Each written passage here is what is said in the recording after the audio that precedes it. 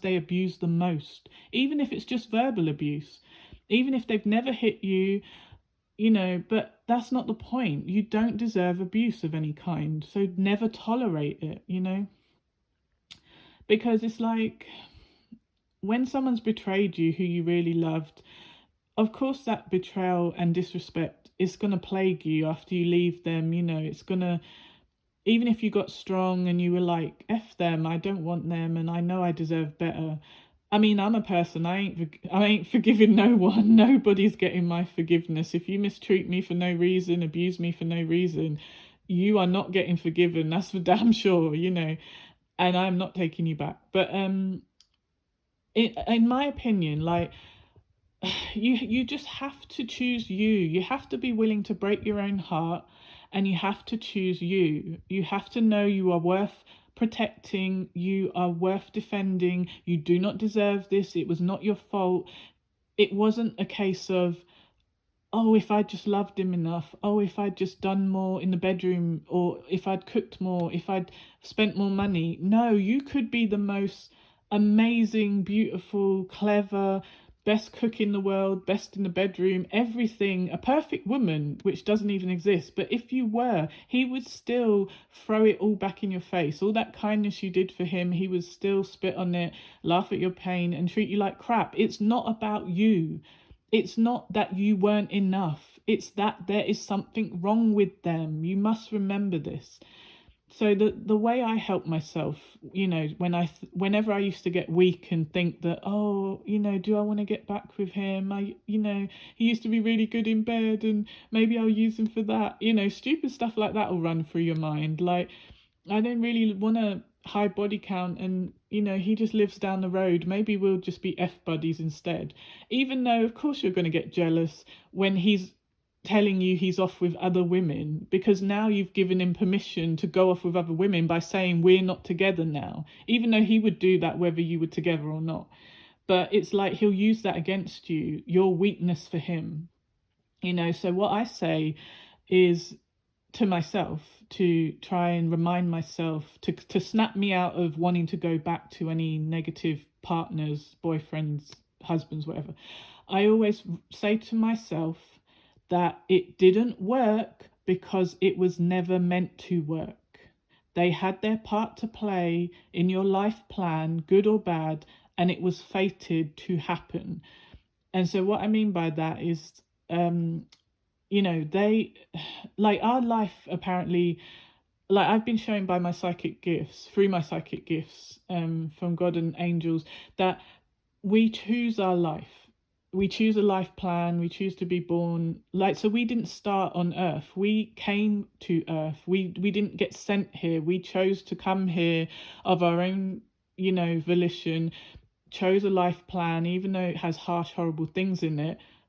Apparently we chose these things in order to learn harsh lessons and how to handle betrayal and grief and horrible things. So if you imagine like a Shakespeare play, and we're all up in the spirit world, which is our true home, we're all up there before someone comes down here. And say if I'm there with my soul tribe, my soul group, and all of us are like, okay, Brave, who do you want to play your husband? He's going to be the toxic husband you meet when you're 18 or whatever. All right, one of your soul tribe, whatever their name is, do you want to play that role? Yeah, I'll play that role. Okay, fine, that's clocked in. And who's going to play the rubbish mum who is abusive and a narc? Do you want to play that? Yeah, I'll play that. So you got the heroes and the villains in this life plan, right? Now, you're all these things are destined and fated, so then when you come down here, you have amnesia. You're not always given all your memories. Some people do remember their past life memories, or the pre-planning of their life memories. That might be needed and necessary for their particular life plan to have that information, but not everyone is given that. So then you're born into this life, you have no idea about the plan, the pre-plan that was made. You just a baby born into this abusive family. Then you get through that, if you're lucky, then you end up in an abusive marriage, and you keep thinking, am I cursed? What is happening? Everywhere I go, I can't avoid trouble. Trouble seems to follow me, and I'm not the one causing the trouble. Just troublesome people, nasty people, evil people keep preying on me, and I'm just trying to mind my own business, and keep it moving. But certain things are fated to happen, and so if you look at it that way, it helps you to cope better, you know. Like, if you look at it, like I said, and repeat these words, it didn't work because it was never meant to work. They were supposed to betray you, and you were supposed to break away and choose self-respect and leave. That was your lesson. And obviously, with free will, some people will not learn that lesson, and they will keep going back for more, like a glutton for punishment. They won't get the message that I was supposed to leave. I was not supposed to go back after this severe abuse, no matter what, and because they were going to behave that way and do those things regardless, and you were going to react. And obviously your free will can interfere with your life plan, but same way how they had their part to play, you had your part to play in your own situation, as the person who got hurt, as the victim or the survivor.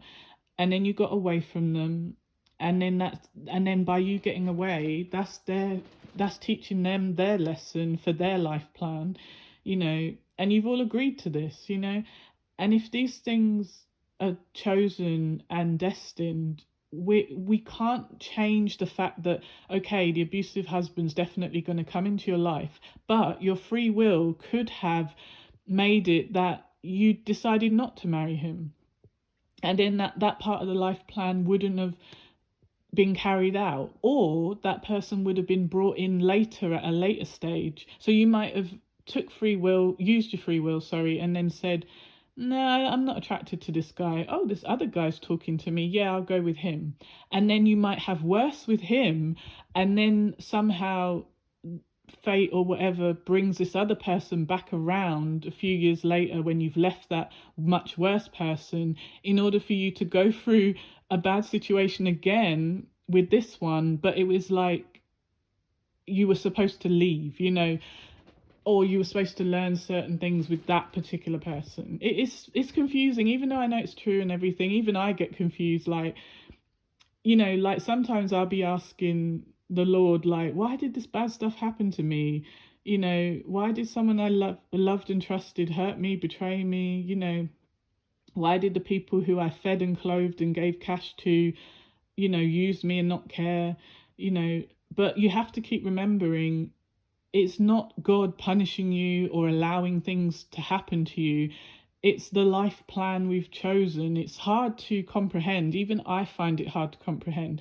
But when I realized that, no, this is true from what I've been shown from other friends who've had near-death experiences and have been given messages to come back and tell us, it's really helpful to look up videos on YouTube about near-death experiences and what our purpose is down here, why we choose to come down here, even when you have suffering, terrible, horrific things that have happened to people down here on earth.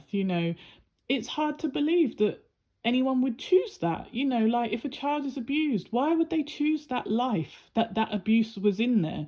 Why would I choose a life where I was AR'd by my ex when I tried to leave him? Why would I choose a life where my parents were both narcissists and they beat me with belts and threw me across the room for years and didn't give a shit about me? Like, why would I choose those things? But it's like, the brave souls up in the spirit world look down here and see the suffering, but they don't know what it feels like, right? So if you're brave and you're up in the spirit world and you look down and say, oh, I can handle that, because you're up there feeling love and light and beauty. You have no idea what that low vibration feels like, what that pain and grief even feels like. You just saw that, oh, there's the earth school down there. Oh yeah, I want to learn, some lessons that will evolve my soul up here and make my, ascension to an ascended master or a more evolved soul even more powerful and beautiful and wonderful.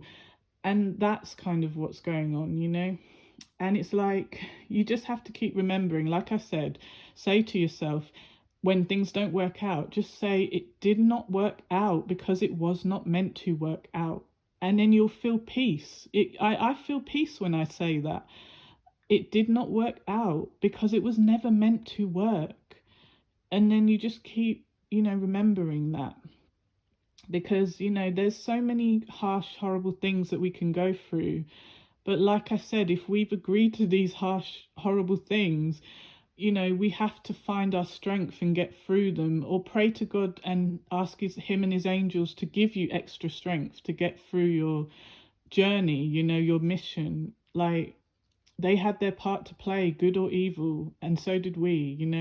And yes, free will, we can choose to avoid things, but certain things that are fated will be brought back around to be repeated. And sometimes a cycle will repeat with different people, or the same lessons will repeat with different people in different cities.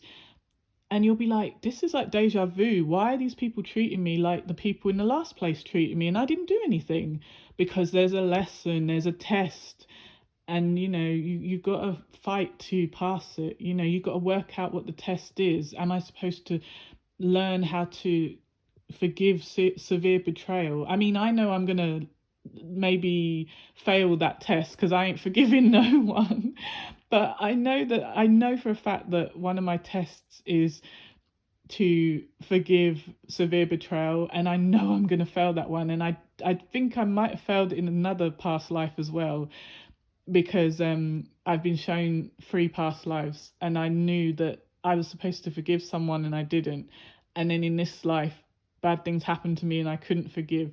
But I had passed some tests where, I was meant to choose self-respect over undying devotion and martyring myself and sacrificing myself, because I had a tendency to want to rescue everyone, so much so at the risk to myself. Then I'm sacrificing myself to my detriment, and then I'm not getting nothing back, and I'm breaking off bits of myself till I'm nothing to make everyone else happy, and those people don't give a shit and don't care if you live or die. And so then when I realized that I have to pick myself, it's not selfish, it's not being nasty. It's, once you walk away from the people who are sent to destroy you, you learn your lesson, and then the test is passed. And then whatever lesson, if you were a test in their life, you walking away should trigger them. If they don't use their free will to F it up, it should trigger them to change and say, I should have appreciated that good person. They really cared about me, and they never deserved the nasty way I treated them. I need to be better. I need to improve myself, my life, and do better, even if I can't do it with that person in my life, because their test, they had to walk away and choose themselves. But we'll all meet again in the spirit world. Like, when we die and we go home, like I've said before in another video, it's this human vehicle, this human body, if you call it a vehicle, and our soul is inside the vehicle, right? Our spiritual being, our true self, our higher self. So the same way how our human body will get into a car, a real vehicle, a motor car, and drive around controlling the car, programming the car, getting it to do what we want, then when we get home to a physical home where we live on earth, then we get out of the car and we go into the home, and then you're not looking back and thinking about the vehicle's locked up outside, back on earth. So when you die, it's the same as if you got out of your vehicle and you went into your home. It's not like not existing anymore. So I wish that we knew this. I wish we had this knowledge just given to us. Like, I wish we didn't have the amnesia of our last past lives, or of our true home in the spirit world, But then so many people who have had their near-death experiences said it was so hard to come back, like when they had died before their time, and then they went home to the spirit world and felt all that love and light and beauty and kindness, and they didn't want to come back here. And it was, when they were told they had to come back, they were like fighting to stay, like, no, I'm not going back there, please. And then they were like, no, you have people you need to help. There's people who their life is going to be improved because of their interaction with you, right? So yeah, when people like one of the people, like